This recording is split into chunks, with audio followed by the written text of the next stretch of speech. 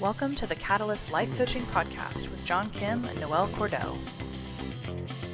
If you're inspired to begin your own coaching practice or just want to learn a little bit more about what it's all about, visit shift.us, SHFT.us, for more information.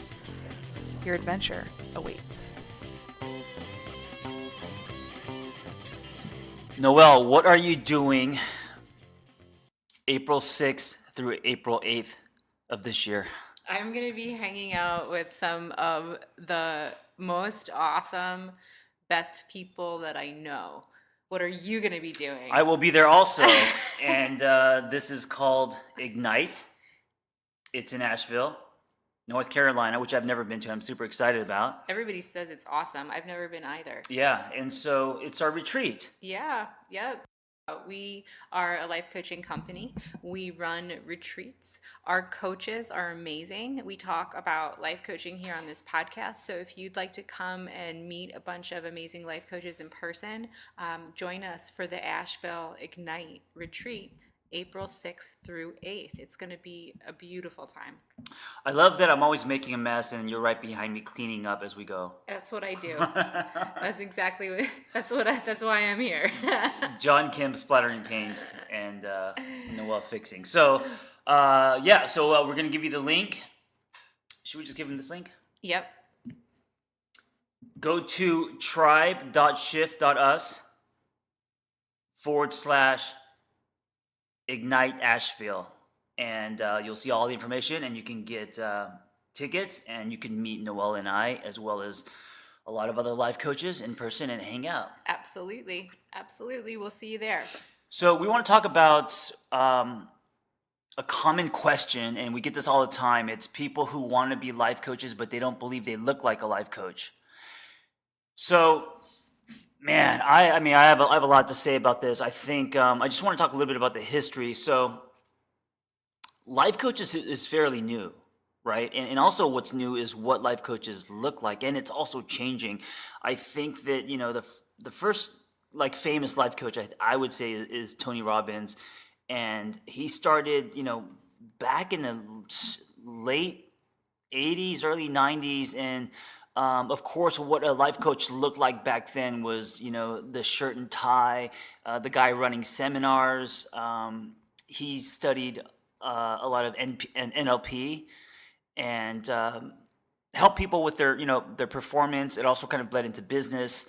But I think recently, two things are happening. One, people in the clinical world now being interested in life coaching because they're getting burnt out, or because they feel claustrophobic, or because, and I was there too, because there's a lot of red tape, and because of social media and culture, we now want to see who you are. And in the clinical world, that's kind of frowned upon generally. So now they're all coming over. On top of that, we have the explosion of wellness, fitness, meditation, yoga, obviously, energy coaching. And so now what a life coach looks like is very different than what a life coach looked like in the 90s. Yeah. And, as you were talking, I was thinking that this leads to a much broader question of self-concept. And do any of us ever feel that we've arrived, that we are officially the right age, the right size, the right shape, the right mixture of all of the ingredients to stand up and say, all right, world, this is it. I am this thing. Especially living in a consumer society where having personal brands has now become a lived reality for folks, it's important for yourself and for your own sanity, kind of acknowledge that there's going to be a juxtaposition. There's going to be separation between how you feel about yourself, about what you think, the way that others perceive you is, what you're actually putting out there into the world, and what's coming back to you. I think that the truth often lies somewhere in the middle. John, I had somebody write to me the other day, and she said, can a woman who's at past middle age and doesn't have her shit together actually become a life coach and succeed in this business? And that's real, you know? Yeah. When you're thinking about changing careers, when you're thinking about yourself, when you're thinking about who you are, you put parameters around your own capability based on societal standards, right? So this is a woman saying, I'm past middle age. So there is a value assigned there, that there's something fucking wrong with being past middle age. Right, right. Well, she's seeing it as a negative Or thing, a not limitation. right, as a limitation, as a ceiling. Mm-hmm. Past middle age for me, it just spells wisdom. Right. You know? I had the same reaction.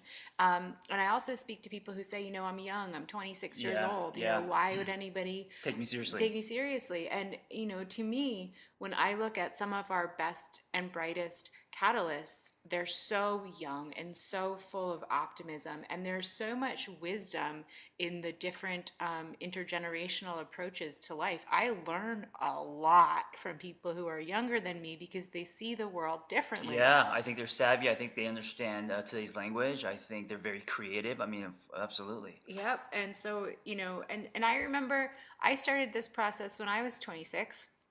And I had that same feeling of like, will anyone take me seriously? And you know what they did? And now I'm 37 and is like, is 37 the right age to Right. be, you know, doing what I'm doing? I've come to the conclusion that I know nothing. Yeah, and it's a great. It's like you've come full circle. I think being a student to everything, I think is very. It just opens a lot of doors. It changes your perspective, and this whole topic reminds me of kind of high school in the sense. I'm not saying the topic is high schoolish, but you know, in high school, we struggle a lot with identity, what cliques we fit into, what we're supposed to look like, right? So if you were like a goth or music person, that looks very different than say if you're a jock or if you're a cheerleader, you know, all that. And in high school, because of our judgments, there's a lot of lines and there's a lot of prejudices, right? But I think today, the beauty of everything that's happening and the the combination of the life coaching kind of going into mainstream and bleeding into to everything from fitness to nutrition to meditation, all this, the beauty is that the canvas is blank, and what a life coach looks like depends on what you want it to look, what you want that person to look like. You know, which lines up with your story. Which lines up with your story. And in this, and what I'm gonna say next sounds so cliche in terms of being a life coach, but you can literally do anything that you want. You really can. If you wake up one day and decide that you want to change your whole life, you have that agency. Julia Child didn't start cooking until she was 37. Vera Wang didn't start sewing until she was 42. And Charles Bukowski, which is one of my favorite writers, he was a postal worker. He didn't get any kind of. He wasn't even a paid writer until he was, late middle age. And yeah. yeah, and so I wonder how many of us harbor these secret lives that we just wish, I blew that chance, I blew that shot, and we hold ourselves back because we're afraid of what we can't become instead of curious about what we might become. And I think a lot of that is wiring. It's programming. It's these false beliefs that we live with. It's insecurities. It's everything that we struggled with in high school. Yeah, it is, and that stuff is, I think, what is common to humanity. We all struggle with it, and it doesn't really end. Our struggles with ourself, with our self-concept, maybe when we die and we go on to the next phase of things, we get a little bit of clarity about what the fuck that was all about. But, I think that, humanity is brought together in our suffering because it's so common to all of us. But as far as life coaching goes, it's a pretty simple process. Where are you now? Where do you want to be? And what's getting in the way? And if you're somebody who has empathy, and if you're somebody who actually cares about that question and believes that people should be living the lives that they were meant to live, you can give a lot of value to the world. And you know what else I think we should talk about is the concept of quote unquote making it. What does that look like? Yeah, and I was gonna actually just that's a great segue into not only do I look like a life coach, but what does the actual act of life coaching look like? Because that's also changing.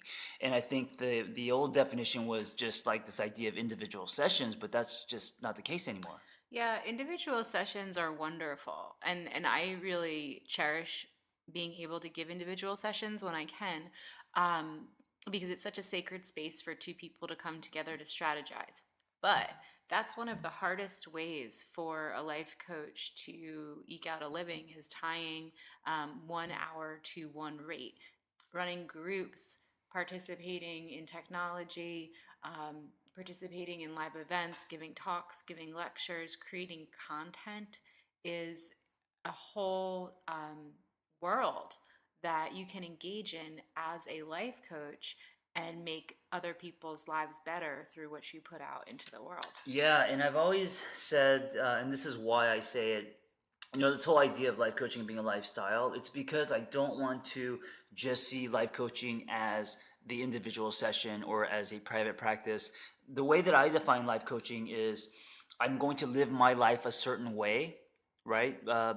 Because of my beliefs or because of what I've learned and in all areas of my life. So it's whether I'm sweating or loving someone or what I'm putting into my mouth or whatever, nutrition, meditation. I'm going to live my life a certain way.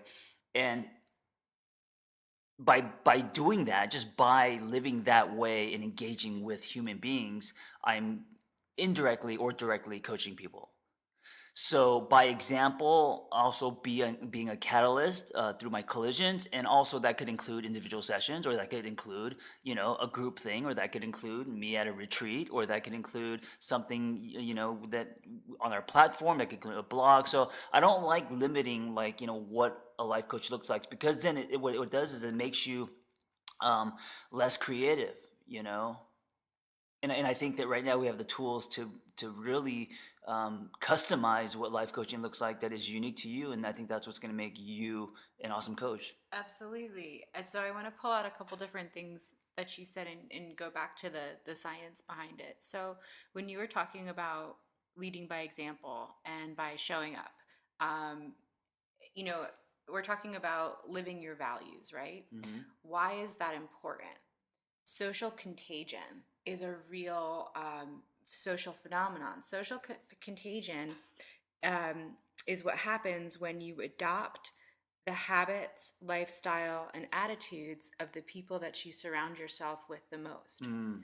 So by making a conscious choice, Wait, it's like that. It's like that saying that you're going to be the average of the five people you hang out with, that kind of thing. yeah, and Yeah. it's really true. It's a human phenomenon. And whether it's eating habits, habits regarding smoking cigarettes and drinking, the cadence, the way people talk together, whether they issue very direct statements or whether they kind of meander around the point, we form based on the people that we participate in life with. Noelle, I need new friends. You hang out with me. I mean, all the minus time. you. Minus you. Like, Minus you. that's hurtful, John.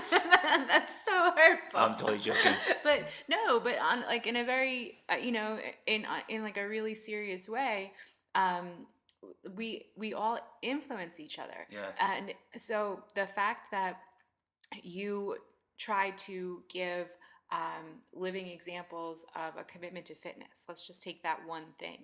Hmm. People who follow you and people who spend time with you are going to be impacted by that example, period. End of story. That's the way it goes. So being very intentional about what you're doing, what you're putting out into the world, and why, is it an authentic value that you have? Why is it your authentic value? Why do you think that other people should pay attention to their bodies and fitness, and what does it do for them, and why is it beneficial? And pull from a place of giving in that stance.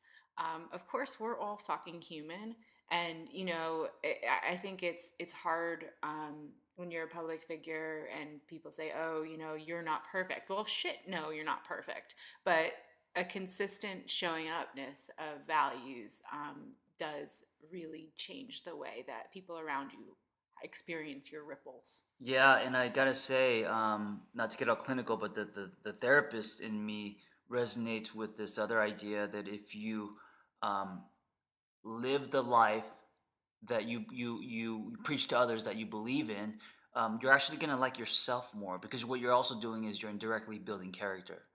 And I know this by experience because, back in the day, I was definitely a walking hypocrite. I would, live my life, do as I say, not as I do. And so that inconsistency made me not like myself. So I basically was a fraud, right? And I think that added to me being a miserable fuck, and being a boy, and being, and not finding a voice, and kind of this idea of taking instead of giving. And I think when you do that in the world, you're very powerless. And it wasn't until I had my little journey and rebirth that I decided that I'm going to now care about my character. And listen, I'm not perfect, and no one is, but I'm going to make an effort to really try to be like butter, be like consistent. Like if I say this, if I tattoo "love hard" on my arm, I should definitely follow it. And so stuff like that. And then I realized that when you do that, it's not just about the ripple you're sending to the world, but it's the relationship you have with yourself. And I think that when you do that, you're building, you're creating soil for self-esteem and confidence. Yeah, soil for self-esteem and confidence for sure. And I'll take a little bit of a different angle on it.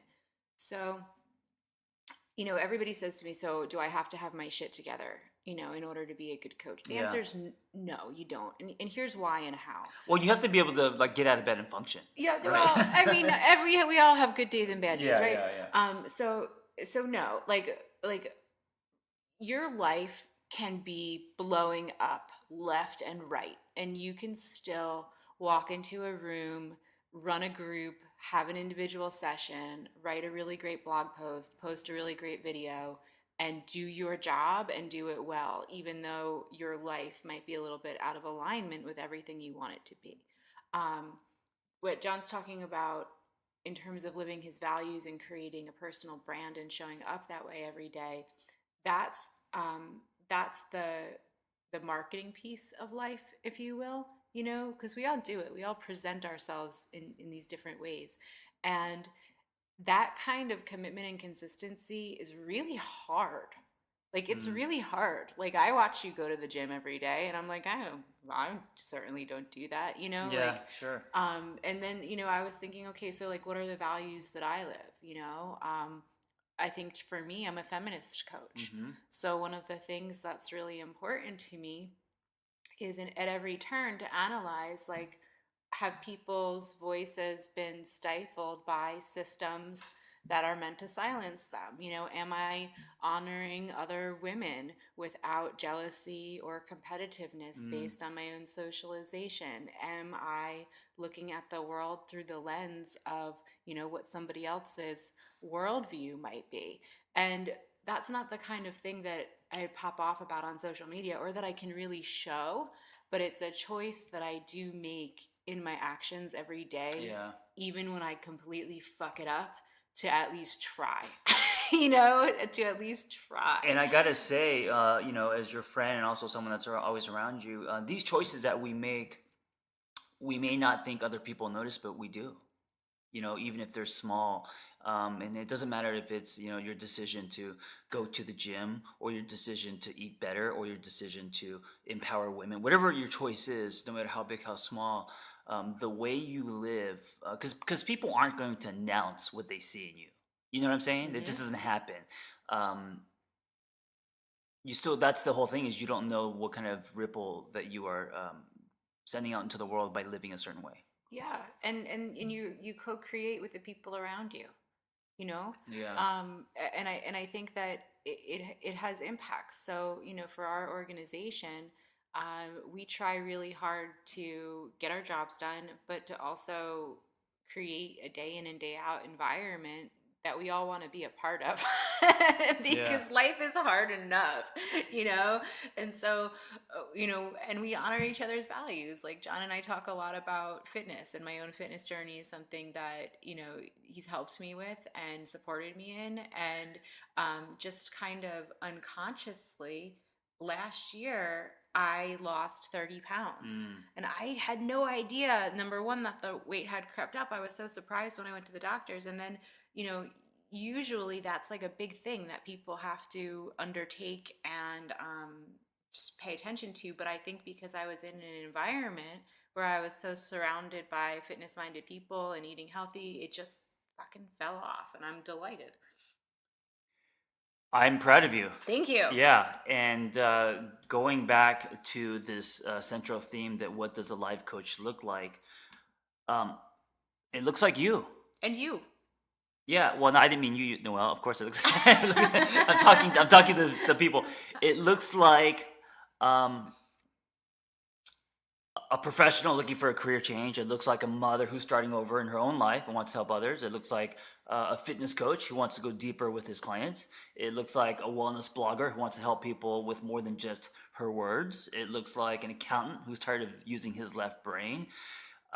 It looks like, you know, the person that all the friends come to for advice. It just looks like everyone these days. And so this idea of a life coach, where you feel like, you know what, a life coach has to look a certain way. If you have a desire to help others and you're passionate about that, it really doesn't matter what you do or what you look like. Then you can be a life coach. Totally. Totally. And if you're interested in our coach training program, please find me online, book a call, say, hey, I really love having the conversations with everybody, especially if you've come to me through the podcast, because you have a sense of who we are and what we do. And it's just really fun to crack open your story and see where you might want to go and how our organization can help. So please find me, hit me up. I love you guys. Yeah, and just one more thing. The reason why we created our Catalyst Intensive Life Coaching Program is basically kind of what we're talking about now. We don't believe in putting people in boxes. The word that comes to my mind with our tribe and our community is diversity. And when I teach the class on the weekends, or when Noelle teaches, one of the things that moves me the most, sometimes emotionally, is seeing all the different people, not only in age and gender and stories, but literally spread out all over the world, because of technology, and seeing that whole.